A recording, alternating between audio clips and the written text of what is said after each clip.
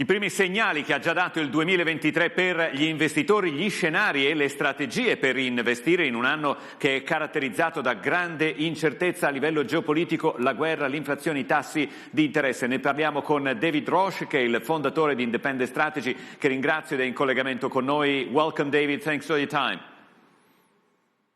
Buongiorno, hello.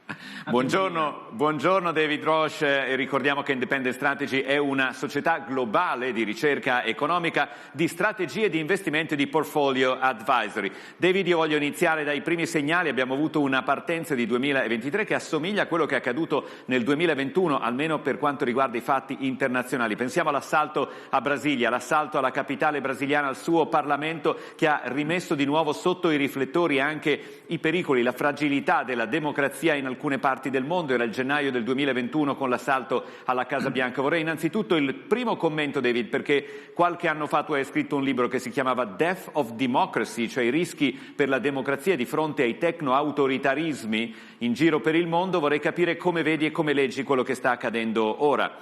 So, David, let me start with what happened in Brazil. We discussed in the past your book, Death of Democracy, and you were mentioning the risk for democracy versus techno-autocracy. This is not exactly that case, but how would you read what's happening?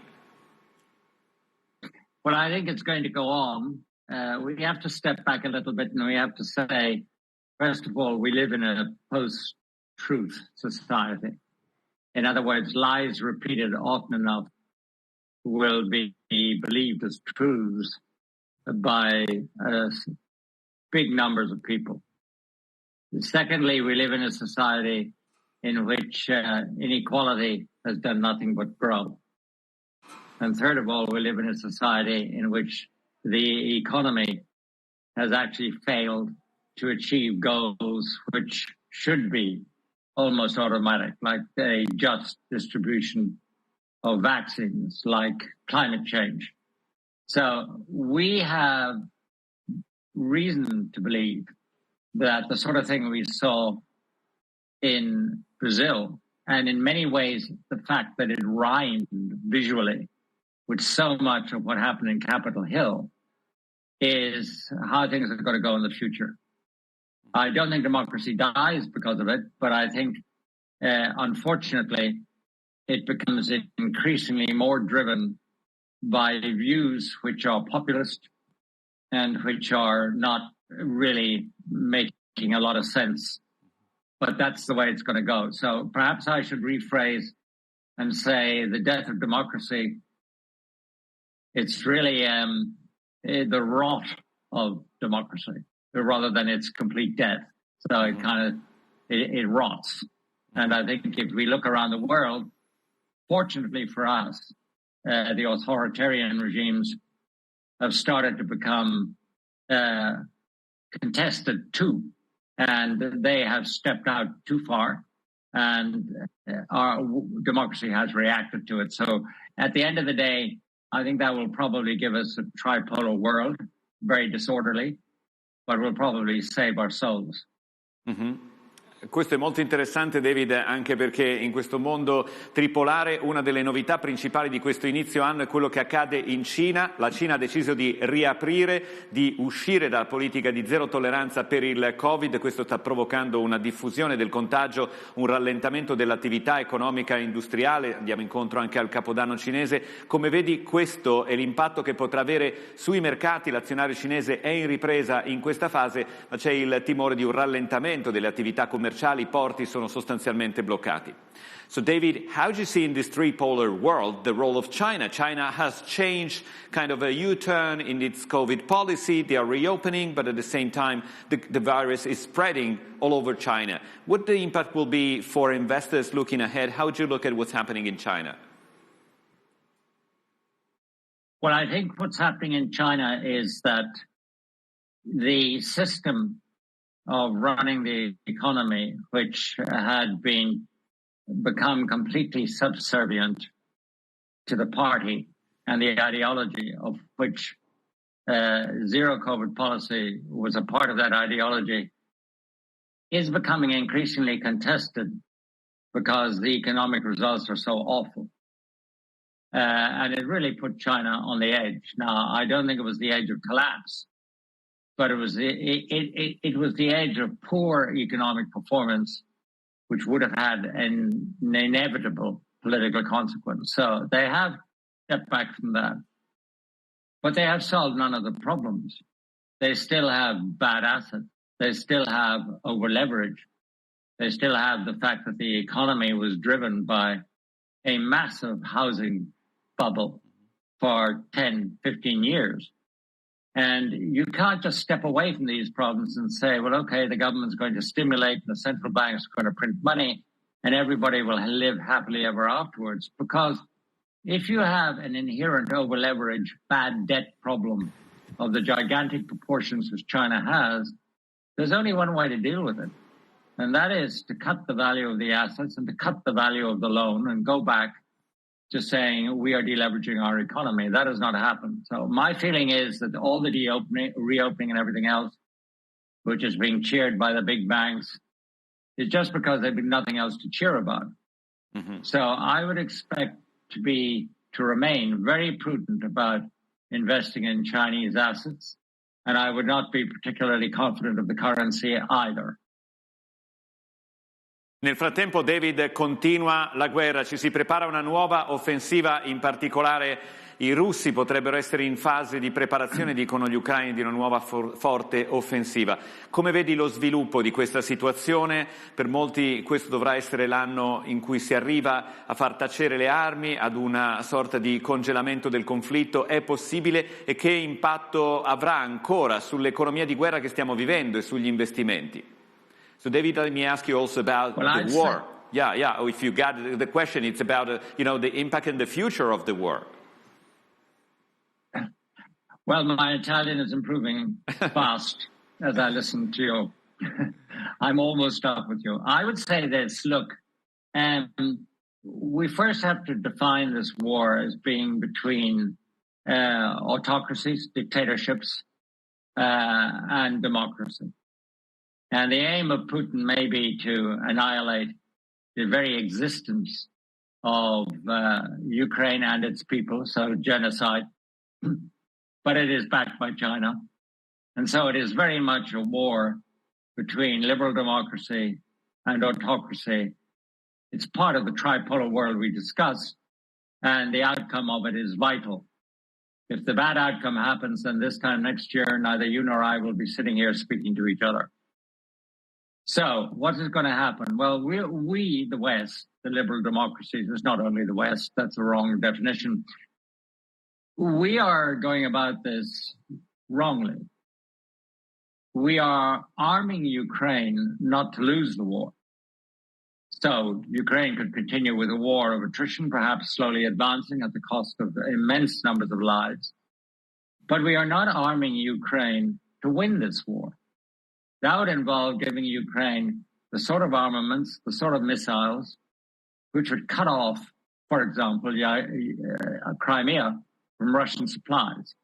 Once you did that, Putin would have no more excuse to proclaim a kind of biblical victory, and he would be gone. But we're not doing that.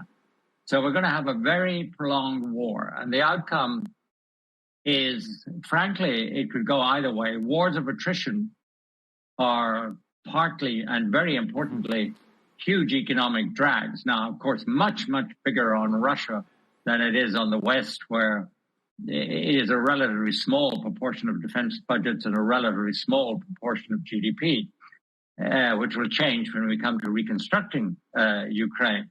But it looks to me like Russia can sustain this for another year. It probably will. And that at this time next year, given that there is no collapse in democracy and given that the war has become one of attrition, it will still be there. And it will still be weighing on European assets to a degree on the euro relative to the rest of the world. And I think that is what is often being underestimated in terms of not only investment, but in terms of the forecast for GDP.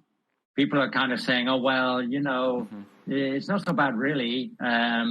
We'll stagger along at 0.6% growth rates. In actual fact, unless this war ends, we will stagger along at something below 1%. And as you know and I know, economic forecasts and economic results based on 0 point something or other are statistical errors. They are not really significant or truthful. They're just statistical errors. And I think that's exactly where we're going to stay in Europe. Allora, David, detto questo, abbiamo descritto alcuni dei fattori principali che determineranno il mondo nel 2023. Veniamo però al lato dell'economia e quindi anche degli investimenti e partiamo da quello che dicevi ora, cioè il rallentamento dell'economia. Molti sono convinti che stiamo andando verso una recessione, le banche centrali vogliono raffreddare l'economia, vogliono vedere dolore e sofferenza, lo hanno esplicitato nell'economia per battere il nemico pubblico numero uno che è quello dell'inflazione. Siamo davvero sull'orlo di una recessione anche in Europa oppure come alcune grandi case d'affari, compresa Goldman Sachs questa settimana, dicono alla fine l'Europa riuscirà a non andare sotto e resterà in positivo l'anno prossimo? Well, I think what's going to happen is that we're going to see inflation come down because basically inflation is the rate of change in price levels.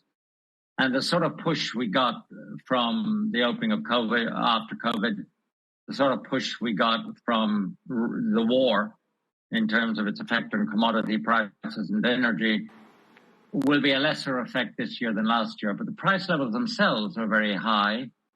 And if there is disruption by Russia of global energy supplies, which cannot be ruled out as Putin gets more desperate, the problem of inflation would come back again very quickly.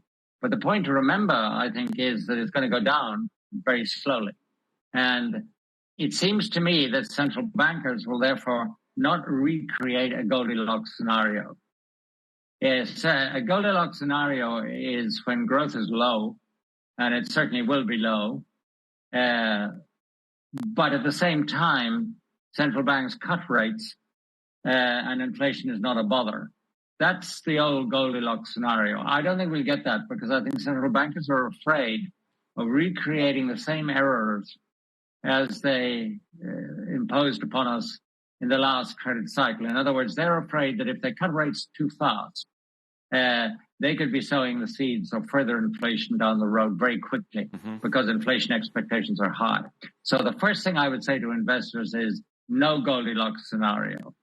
The second thing is we will have something that probably feels very shaky, like a recession, particularly in Europe. But I think the US will escape because they're natural-born optimists and have plenty of money to spend. The Japanese will definitely escape because they really don't know what's going on anywhere else and household savings are through the roof. And I suspect that the Chinese will tell us they're having a boom, even if they're not. But the key question in China is the structural problems. And the fact is, can the government actually get households to spend their abnormally high levels of savings and have confidence again in the management of China? I have my doubts about that. So I think we will get something which is not a Goldilocks scenario. So tough for equities. You have to choose really well fundamentally valued stocks, of which there are many, but not the kind of stocks that are based on either hope or the egotism of the owners. And I think in bond markets, you probably won't lose a lot of money. And in currency, I suspect the dollar will continue to weaken. What I do like is food commodities and oil. Ecco, quali sono allora, David, le principali posizioni con cui anche Independent Strategy consiglia di entrare in questo 2023? Se ci puoi dare qualche dettaglio in più su quello che vi piace e quello da cui invece considerate bisogna stare lontani. Well, I'd say we have built up our bond positions, particularly in things like bonds and in U.S. Treasuries. But we would remain short Japanese government bonds. In equities, we are really based upon the selection of stocks whose business model we can understand, where cash flows are present and leverage is not too high. And also we look very carefully at whether the management of the company or ownership structure is based on people we would like to have dinner with, or people whom we consider as being narcissistic egomaniacs. We would avoid that sort of stock. But we find enough stocks to be more or less underweighted global markets, but not in a position which would reflect the view that markets are about to collapse. We don't take that view at all, but we think there's a lot of work to do in selecting equities. And then finally, as I said, we are long oil, which is not doing very well for us at the moment, but we suspect it will when embargoes really bite on Russia's ability to supply global oil markets in any form. And secondly, we're long food stocks because we believe stocks and the commodities. So we're talking about soya, we're talking about corn, and we're talking about wheat, because we believe these markets are fundamentally well balanced. David Roche, fondatore di Independent Strategy, grazie ancora per aver condiviso le vostre visioni, le vostre indicazioni, anche l'analisi sul mondo nel 2023. Speriamo di averti presto in Italia personalmente. Grazie ancora. Thank you. E grazie a voi per averci seguito in questo Outlook. Continuiamo con l'informazione dalla redazione di CNBC.